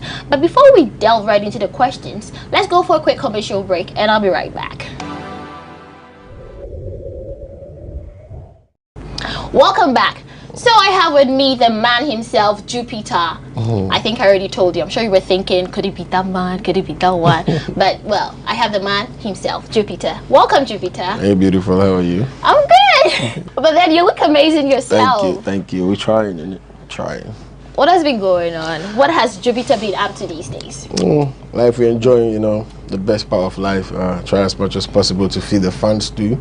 Obviously, with the music stuff, touring, winning different territories in music. You know, it's just the music lifestyle and, you know, living life. Right. That's quite interesting. Yeah. And if you say music, what, you know, I quite recently saw an article that you were going to headline a show in the USA. Yeah. Did it happen or it's yet to? Yeah, it did happen. I think 2022 has been a very blessed year for me in terms of my career, right. You know, and it's a year of upliftment for me. I've did a couple of shows, tours out there. Like I've literally been across the globe, you know what I mean? About 2022, I was winning and headlining huge concerts. I'm talking about International Art Festival in New Orleans, US, which has the likes of Still Pause and big artist name on it. I did a tour with Rema. I did a tour with Shatta, also came through. I did a tour with Shatta, a couple of Nigerian artists, and then ended up in Jamaica Sting. Jamaica Sting is the biggest stage every dancehall artist could ever dream of being on that platform, you know. So 2022 has been a very blessed year for me, and I just have to say thanks to the Almighty God, you know. So why then have you been on all of these shows and yet still we haven't had the media report on it? Or maybe you didn't put it out there for us to report on it. What do you think is going on? Well, you know, that boils down to the conversation of the day about favoritism, which links to tribalism, which I actually, you know, tweeted about. Yeah, I tweeted about, you know, because I've realized that I've been in this industry for almost a decade and 2 years, you know. So, because I found film at a very tender age. I'm not a good. I found film at a very tender age, so I was able to get sort of like I was being elevated quickly when I was young, you know. And then I realized that most of the things that I do, most of the shows that I play, most of the achievements that I get in my life is just limited, irrespective of how I call people or send the stories out there, you know, across the various media houses. A couple of them, like the way you are doing now, I mean, supporting my works and stuff like this. A couple of them do actually tweet about it, do vlog about it, you know, but some of the main areas, they just look away. And it's been going on for years now, and I've been so quiet about it. But I just realized that, you know, there is something wrong somewhere, which me personally, I quite can't really figure it out. Right. You know, yeah, it's just crazy. What if it's not just tribalism, or it's not, you know, it's not people picking their favorites, but because maybe your team is not doing a good job? Well, I have excellent team. When it comes to management, the whole body, I'm talking about the PR, talking about management, road management, and all of that. Yeah. Fortunately, unfortunately for me, I don't like rolling with a whole lot of squad. Okay. You know, it's just me and my cousin over here. Yeah, you know? I saw you came with one person. Yeah, usually, that's all artists usually have a huge crowd when you're coming. It's like, hey, exactly. Let's go in to the whole Yassi. You're bringing the whole Yassi along with them. For me, I move alone. I move solo. You know, or sometimes you see me with 2 companies or 3 people around me, you know, because I don't believe in too many people, you know, so it's just me. But then I have a solid team behind me, you know, that are even fetching me shows out there. You know, because out there, like, they really, you know, dig into my situations and my issues even more than here in Ghana. Because how come they call me for a concert if they don't know what I'm about to? How can they call me to headline huge events if they don't know who Jupiter is, or if they don't rate my work? Quite unfortunately, even here, even in our award schemes, sometimes I do submit my works and they ignore it. You know, yeah, of course. You know, so where I'm coming from is not just last year or 2 years ago. There is a root of it, and it started for like 10 years ago, where you realize you are doing a good job, but there are some couple of people that they've made up their mind that irrespective of how good you are, irrespective of how excellent you are in whatever you are They're doing, going to ignore your craft. They definitely are going to ignore you, no matter what you do, no matter how good you play, no matter how excellent your team work. Like, they're just gonna, you know, sideline you. And this sideline thing is one of the major factors that is bringing our music industry down. You know, trust me, there are a whole lot of artists which wish they can come out to say what I'm saying now, or advocate to what I'm doing now, you know. But honestly speaking, for me personally, I think it's time, and I'm definitely going to be an untiring advocate for this until the industry change, because when it change, it's going to be for the best for all of we, the artists, you know. Yeah. So it's time now that we really upgrade our game, and then, you know, we become very successful industry in Africa and across the globe. Yeah. And also, you've you've picked on some few artists. Yeah. You know, some artists and organizations you think are not doing a good job when it comes to you and are trying to sabotage you in some way. You mentioned a few on your tweets. What's happening with these artists and organizations you listed in your tweets? It's so smart. I thank God you mentioned organization, because me personally, I don't even want to mention their names so that they'll get big hype on this big platform. I think they are being biased with their work. And their management is poor. I'm talking about the organization. I don't know if you want me to mention. It's all up to you. If you want to. The multimedia, Hit FM and Co. They have a very poor organization. You know, when it comes to management and when it comes to trying as much as possible to position certain things. Listen, our industry is not up to date. Our industry is not even standard yet. I'm talking about our music industry or even the movie industries. You know, it's not standard yet. We are suffering. Everybody is doing hand to mouth. People are trying their necessary means to be able to build it up. You know, so it's like different broken pieces that, you know, we are collecting to connect things. It's like puzzle. You know, we've not even found out our way out here to win the puzzle, but yet we are trying to be sarcastic. We are trying to, you know, deal with certain creatives in a way where now we can't even find ourselves anymore out there on the globe. Ghana music is not there yet, honestly speaking. If you look at what the Nigerians are doing, or even what's the name of this artist? This Tanzanian artist. I mean, a couple of African Diamond. Yeah, if you watch the rate at which these guys are flowing, it's because their industry is solidly behind them. What we do here in Ghana is quite unfortunate that they choose a couple of artists that they want, you know, to promote. You know, because I remember I did a show some time ago on a Fantasy Dome. I did the one concept because I launched my album in US, you know. I think that was the COVID time, so I didn't get enough time to promote it here in Ghana. And then I was locked up in US, so I promoted it, did a couple of tours and stuff like that. And I came to Ghana to do a concert for my fans and my people. Very limited numbers, you know. Sold some tables and then did some regular tickets out there. I have pictures and videos for you to see. Like, it's a beautiful event. You know, the night was filled with, you know, beautiful performance and, you know, the fellow artists, you know, trying to support me. Then after 2 weeks, I realized this station, Hit FM, there was this particular guys up there in East FM. They have this kind of funny award scheme that they do, like something award, where they reward people. You know, like they said, it's a joke. You know, and they said they gave me a flop show of the year. Whoa, and I was like, that's terrible. How was it a flop show? First and foremost, you don't even know what went through. You did not support the show, right? I have zero support from you guys and your media space. I have no write-up from your vloggers or whatsoever. But then when I put on my own event in my own pocket with my own energy, and then the event was successful, you are able to just to crown it a flop show of the year. I came at them, I told them, listen, what you guys are doing, please kindly take me out. You know, because I've been that kind of person that, you know, I know when people are not supporting you, I just have to concentrate on your work. But I'm concentrating on my work and they are not concentrating and rather trying to bring me down. So I kept my name. I was like, you guys should stop what you're doing because I don't like it. Guess what? For them to show me how disrespectful they are, just like 2-3 days ago, they gave me another award. You know, they gave me another award. What? Yeah, so I realized that the situation here has to be from the top. Yeah, it's crazy, you know. That's so disrespectful. Yeah. You know, so the situation here has to come from the higher level.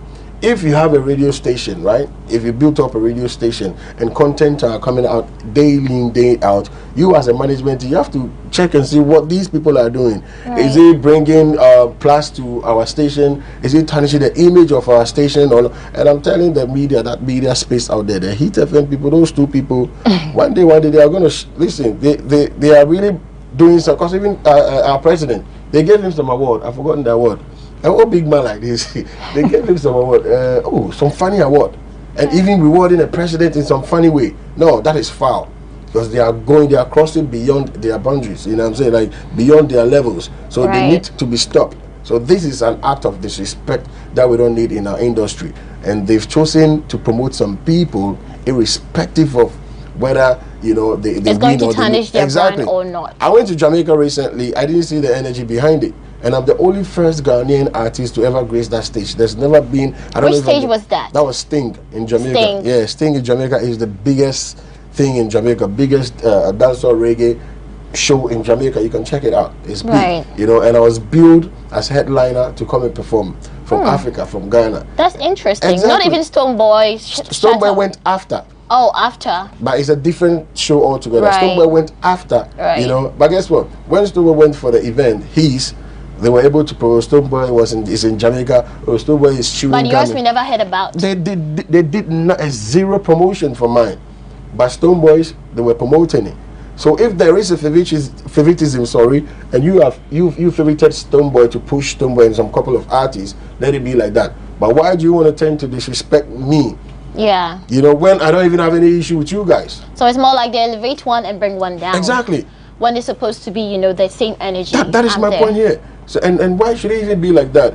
At the end of the day, we are all Ghanaians. We are trying to project Ghana, and Africa on the higher, stage. So if I am doing equally what artist A or artist B is doing, and you decided to try to put me down, and you will find peace. And I told them I'm going to read Psalm 121 on them, like 40 days.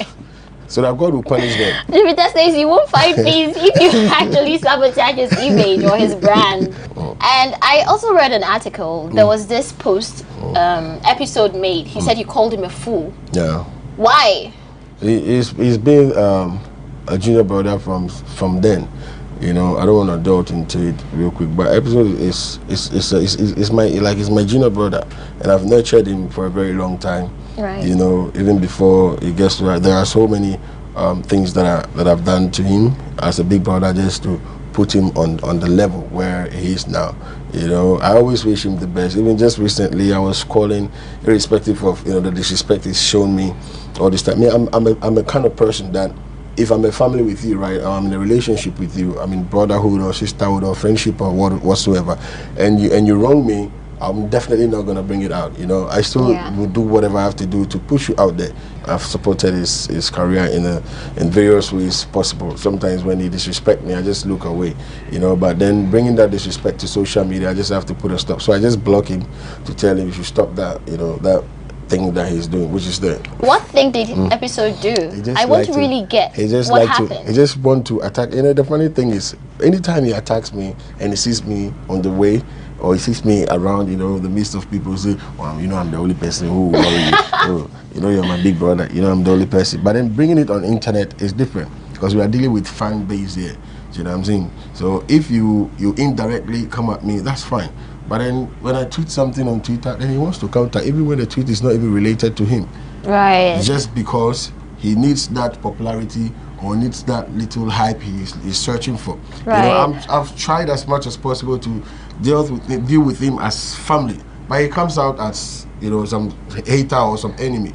You know what I mean? So I just position him more like a nemesis. Exactly. So I just quickly position him to say, stop the fooling. You know what I mean? If you want to tweet, just go ahead and tweet and just block him, so that I won't go to the extent of dealing with him as enemy. So because when you did told him to stop fooling, yeah, I did, and then I quickly blocked him, and then he took it and whatsoever, because he needs all those kind of little things, Those you just want to feed on little hype and then bring. But then I keep wishing him the best, because I want him to be playing more hit songs, and then he also be on top to feed his family and all of that. Yeah. Okay, guys, we'll go for a quick commercial break, and we will be right back. It's Talkitainment.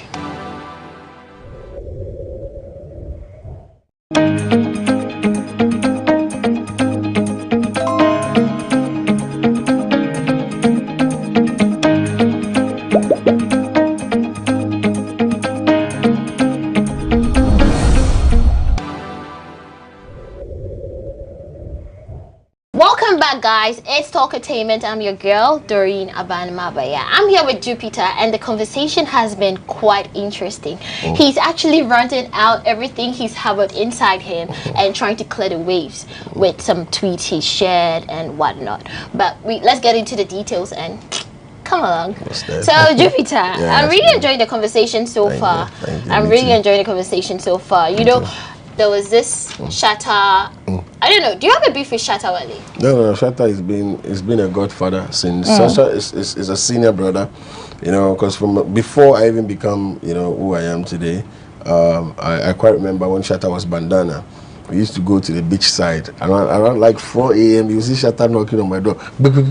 Hey. And then, hey, come on, let's go and rehearse. And then we go to the beach side, and I'll be screaming, rehearsing now, and then we'll sit down and we'll be, you know, praying for moments like this. Aww. You know, saying one of these days we're gonna be big, we're gonna be one of the top artists in Ghana. Those were good affirmations you guys were making. Exactly, you know. So now the affirmation now, you know, is confirmed now, and definitely we are living the dreams that we dreamt of way back, you know. So he's been a mentor, he's been a big brother. You can really tell with our communication on the video that we shoot, because he was on my album, the album that I dropped, and then we shoot a video in Miami recently. Together? Yeah, together. He's been out like a year now, you know.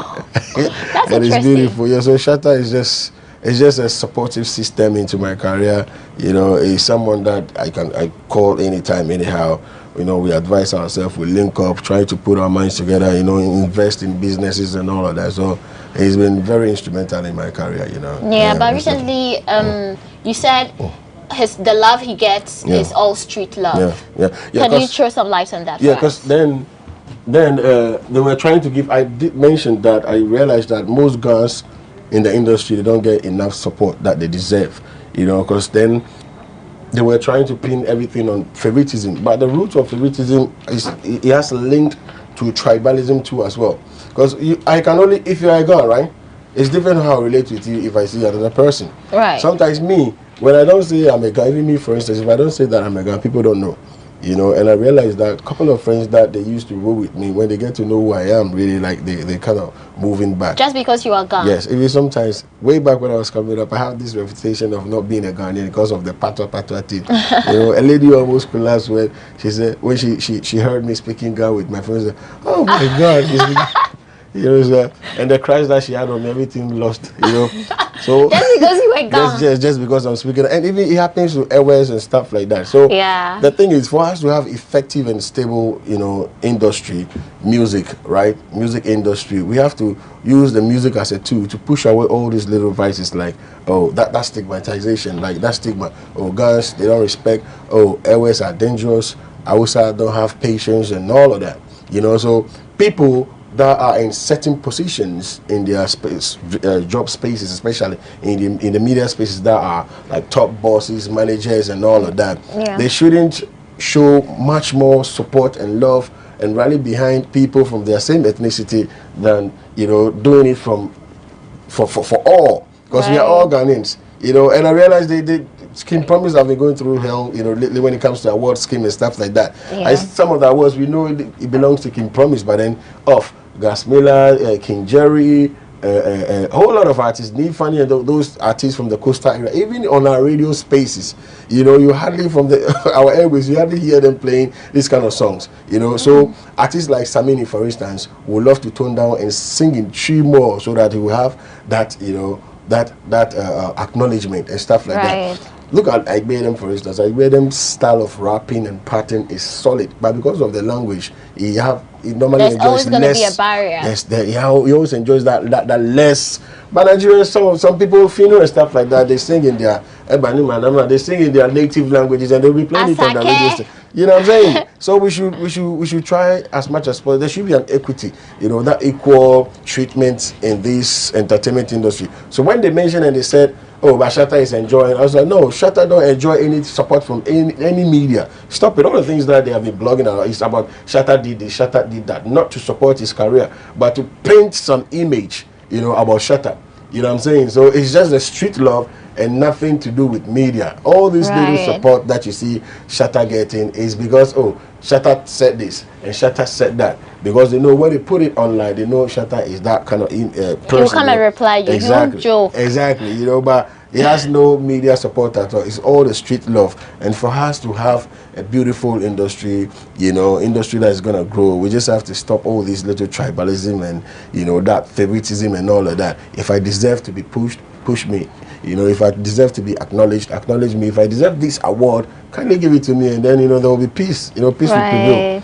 But going forward, you think you are going to, you know, compose a song to trash this whole notion people have about, I don't want to marry from this tribe, I don't want to support this tribe, I don't want to give this because this person is from this tribe. Do you think composing a music can help, you know, push that notion away? Or you think it's a Ghanaian thing and it's been there since time immemorial, so nothing can be done about it? What you just said is a beautiful idea, which I think not only me, but it should be like a multi-star song, you know, star-struck song where different artists are singing from different regions come together. Yeah, you can marry me, you can do this and stuff like that. For us to push, you know, that peace and all this tribalism thing away, using music as a tool. But like you said again, it's been there. You know, look at the likes of Kojuenchi, Daddy Lumba and stuff. I see people projecting Daddy Lumba, Kojuenchi and all those like Akan musicians on top level than even the Gans and the Hausas. Right. We have a beautiful artist like Wiala. I don't know if you know about Wiala. Yeah, Wiala. The things that Wiala is, the lady, she's doing like some marvelous work out there that if she's able to get 1 week attention from the media, trust me, she's gonna shoot to Grammy straight. Because she's a beautiful performer. She's everything when it comes to, and she's doing this indigenous Ghana language. I'm not saying, you know, not. She's and it's not even loved by our people, but people from the outside. How many times do they even push his songs? You know, but a certain Asake song will be played on the radio. Meanwhile, Rihanna is fighting for Ghana music to get out there. Do you know how many shows that lady played in a year?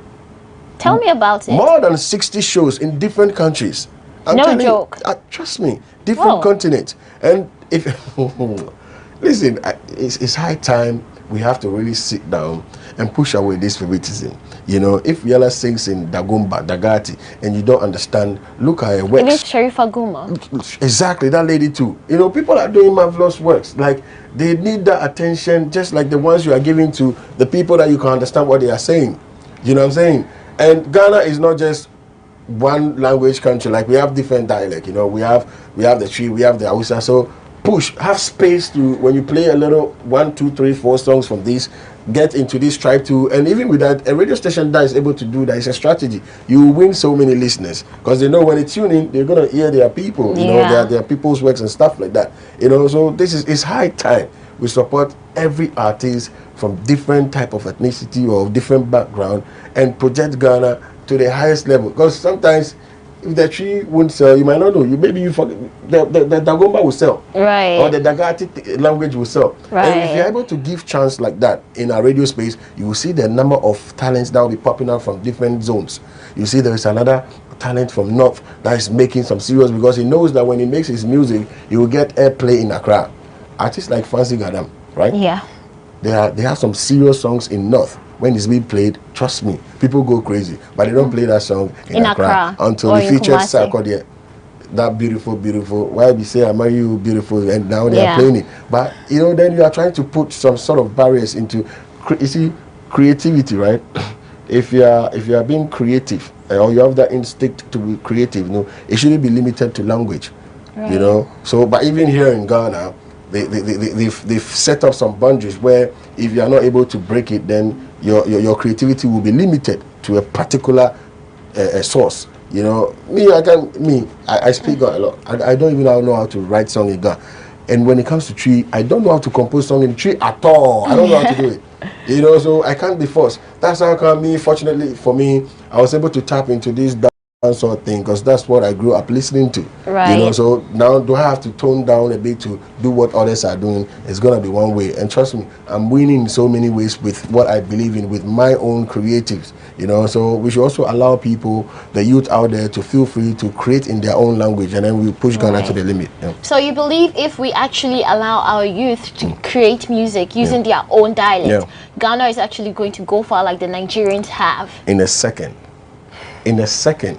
And not just creating the music, but then if the media spaces are able to push them while they are creating in their comfort zone, in the language that they will feel comfortable in. You know, because people sometimes when they are speaking to you, it doesn't sound right. Whenever people are speaking to you, it doesn't even sound right? Or they are trying to speak other dialect, it doesn't sound right. So for us to push our music, we have to push away that language barrier. Say, oh, Tree is universal in Ghana. That's what everybody speaks. Fine, no two ways. We can use that as means of communication. But when it comes to sound and melodies, let people feel free to be able to express themselves in their own language and be able to push them on your radio, just like the one that when you understand, you push it. But I'm saying is that they play some songs from artists from Nigeria that they don't even understand what they're saying, but they play it. And I think a typical example would be Black Sharif. You know, he sings more in the Tree language until quite recently he now shifted just a bit. But then most of his songs that made waves are the ones in Tree. The Traveler, First and Second Sermon. Typical Tree. But people don't even know what it means, but the vibe to it because they feel the energy. Most definitely. You know. I think I do quite you know, agree with you. That we actually have to work on building our dialect. And about music, what's the new project you're working on? Okay, so I think I'm just done with my tour now currently. The album that I released, it was 2 years ago or a year ago, I don't know, but I did some couple of tour out there, and then I kickstart with high school tour. I went to Trifo Parcel recently last weekend. I saw that tweet. It was crazy. The really students, fun. I was like, oh my days, like they really enjoyed themselves. They are screaming on top of their lungs. I think I should be going to Koforidua. I'm touring about like 60 schools in Ghana. Oh wow! You know, and I think this whole year. Yeah, this whole year. I think I'm using 2 months too. I've already started. You know, so from here I should be going to Koforidua, you know, for another schools, like 60 schools. And these are students that are wildly waiting for me to jump with them. You know, because education and entertainment, you know, is exactly, to make people come to school more. Because when the youth realize that, oh, Jupiter will be performing in my school, they'll go. Yeah, exactly. They'll come back to school. Especially with this education system now that we have is it 6 months track or whatsoever? Like that one I don't even know how it's done. Since I completed school, I don't even look back again. I think it's 6 months or 4 months. Students goes to school for First, 4 months. Second, and third tracking system. You know, so some of them when they go and they come back home, they don't feel like going. But when they get to know that there is a part of entertainment, then let me go. So it's a way of trying to push education into the minds of people that irrespective of how the system is now or the structure is now, you still have to come to school because there's going to be entertainment and we're going to jam together. I share 1 or 2 stuff for them too as well, just to support them and all of that. So yeah, man, I'm on my high school tour. I released a single called Control. It's out there. I did another single with Busy Signal from Jamaica. It's out there. It's booming. And then hopefully we're just gonna drop an EP. And if that station love to support, that's fine. If they don't want to, we leave them to God, So who are some of the top artists you're looking forward to performing or having on your songs? Obviously, Seta is a family, so he's gonna be on there. And one thing about me is I don't really push myself too much to artists when it comes to collaboration. Right. Maybe I might try once, and even with that, unless we meet in the studio, because Ghanaians sometimes when you call on them and stuff like that. Well, that takes me to the Samini and Sarkodie issue. Have you actually experienced that before? That you sent an artist a message that can we do a collaboration and they never, got back to you? Yeah, I won't even send you for you to come and style me. But with Sarkodie, I've never had any issues featuring him. Yeah, we did. He was the one who actually featured me first on a song with me and Stoneboy. And then in return, I asked him to do a song for me. Which is Enemies, which was global. Yeah. That was 7 years ago. Yeah, 7 years ago. It's crazy, and he's still on my album. 7.4 million views. Yeah, you got it now. Imagine if you release it during this period. Exactly, you would have actually accumulated a lot of views. And he's also on my album. A track I did with him on my album. So featuring Sarkodie has never been a problem. I think maybe with him and Samini, there's something that they really have to come out and trash it out. Exactly. I mean, I don't send song for artists unless we meet at studio. Like Daku Vice, for instance, I was in the US and we happened to be in the same studio. We did some beautiful magic, which is gonna come out soon. Artists like Patoranking is family.